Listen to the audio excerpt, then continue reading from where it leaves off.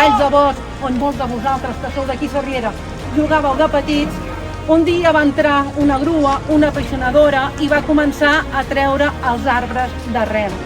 No sabíem que acabarien sent avui dia 52 cases, habitatges adossades, que han desforestat 3 hectàrees de bosc i han buidat tot un vessant de muntanya de formigó.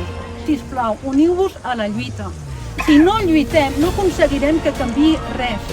Prou urbanisme ferotge, prou urbanisme especulador, i que mentre tinguem els recursos i el suport de tothom continuarem fent denúncies i continuarem portant tots aquests casos als tribunals. Així que ni un pam més de ciment a la costa. Gràcies.